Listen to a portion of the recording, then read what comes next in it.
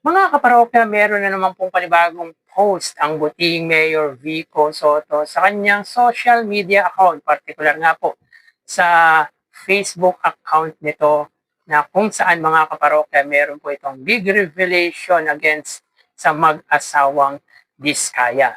Yan po ang pag-uusapan natin mga kaparokya, pero bago yan, magpapakilala po muna ako. Ako nga po pala si Mervin, the man behind Kaparokya TV. At mga kaparokya, makikiusap po ako sa inyo na pakisubscribe ang aking YouTube channel. Pakilike and share nyo na rin.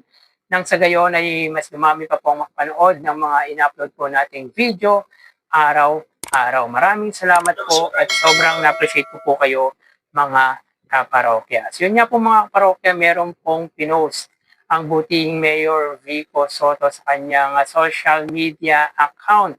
Patungkol nga po ito sa mag-asawang Diskaya. At meron po itong big revelation na kung saan mga kaparokya ay meron daw po itong dinakmil na dalawang congressmen na kung saan ay tinatakot po nito na kung hindi daw po siya or hindi daw po sila babayaran ay idadamay daw po nito ang dalawang congressman na bina-blackmail nga po nito.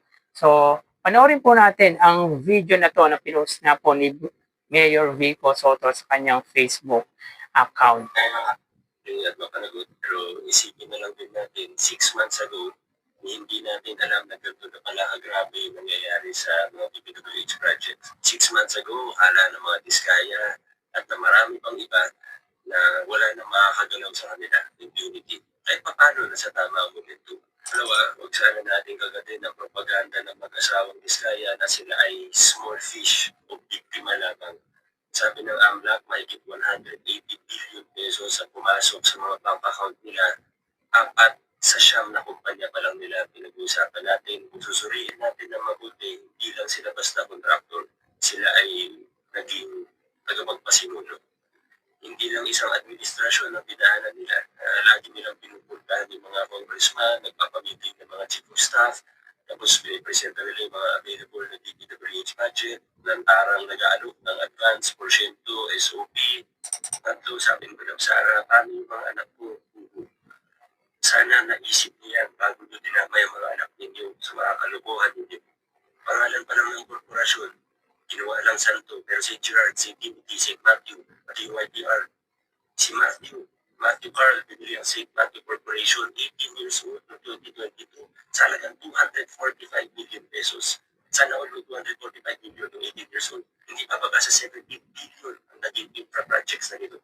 Si Gerard William Francisco, 18 years old, 2021, nagparehistro ng one-person corporation, Waymaker General Contractor, 50 million pesos motorized capital stock, 12 million pesos paid-up capital. 2023 alone, naka 3 billion pesos ito. Property pa usapan pa yan. Mr. and Mrs. Diskaya, hindi lang kayo nagnakaw. Tinulungan at tinuruan ninyo ang mga anak ninyo magnakaw.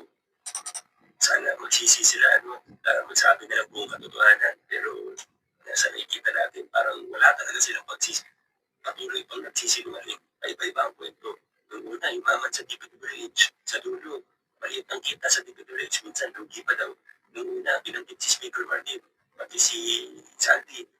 Sa dulo, ngayon, wala naman daw silang alam doon. Buti na lang, una na nilang pinangalandakan ng nakaw nila, kaya halata tuloy sila ngayon. Gumagawa pa rin sila ng kasamaan. Dalawang congressman na nagkwento sa akin na humihingi sila ng pera. Cash, kapalit ng hindi pagsama sa kanila sa listahan doon sa ledger. Yun na rin ang nagkwento sa akin na tinatakot pa rin nila mga dati nilang empleyado para hindi tumistigo laban sa kanila. Blackmail. Huwag tayong tumigil. Patuloy natin gawin ng lahat na makakaya natin para mapanagot ang dapat managot. We all have something to contribute. Let's all do our part. Grabe ang tapang ni Mayor Vico Soto. Bakit kaya nyo? Dahil consistent po siya from the very beginning. Talagang para sa ikatatama at ikabubuti ay talagang palaban po ang butihing Mayor Vico Soto. 6 months ago mga kaparokya ay hindi nga po natin alam na meron po palang anomalya sa DPWH na kung saan involved nga po ang nakatunggali ng butihing Mayor Vico Soto na mga diskaya. At kahit alam ng butihing Mayor Vico Soto yung mga anomalyang pinagagawa ng mag-asawang ito, ay mas minabuti nitong manahimik nung campaign period ng sa gayon ay masabi pong hindi namumulitika ang butihing mayor. But after that, mga kaparokya, ay unti-unti na nga pong lumabas ang baho ng mag-asawang ito na kung saan nung campaign period ay grabe ang black propaganda na pinagagawa nga po ng mag-asawang ito against Mayor Vico Soto. At according nga kay Mayor Vico Soto, akala ng mga ito ay untouchable ang mag-asawang ito na kesyo akala mo ang tataas na ng tingin sa sarili. At nung time na dumating nga po mga kaparokya na magpa-interview ang mag-asawang ito sa mga kilalang journalist na sina Karen or Corina Sanchez and Julius Babaw ay unti-unti na nga pong naungkat ang mga anomalyang pinagagawa ng mag-asawang ito. Dito po nagsimula mga kaparokya yung anomaly sa flood control scam.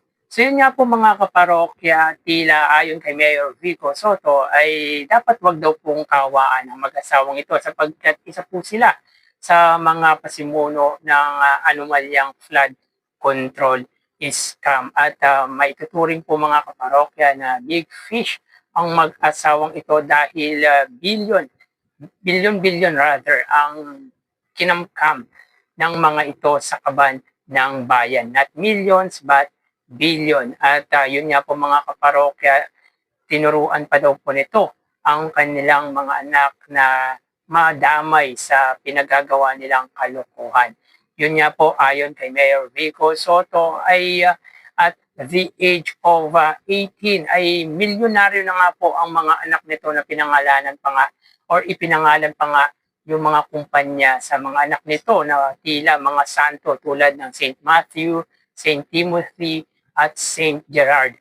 At yun nga po sa edad na 18 ay milyonaryo na po ang anak ng mga diskaya na kahit si Mayor Vico Soto ay anak ni Bossing Vic Soto at Miss Connie Reyes, ay sa palagay natin kahit 1,000,000 ay wala pong ganong pera nung age or yung edad po nito ay 18 years old. Kaya napasana all na lang po ang butihing mayor. Alam nyo mga kaparokya, nung nalaman po natin na mayroon pong sakit na ADHD ang anak ng mag-asawang ito, ay medyo naawa po tayo. Nga lang mga kaparokya, ang mag-asawang ito, ang siya din gumawa para hindi natin kawaan ang mga anak nito sapagkat bata pa lang ay tinuruan na po ng mga diskaya na ma-involve sa anomalous flood control ang mga anak nito.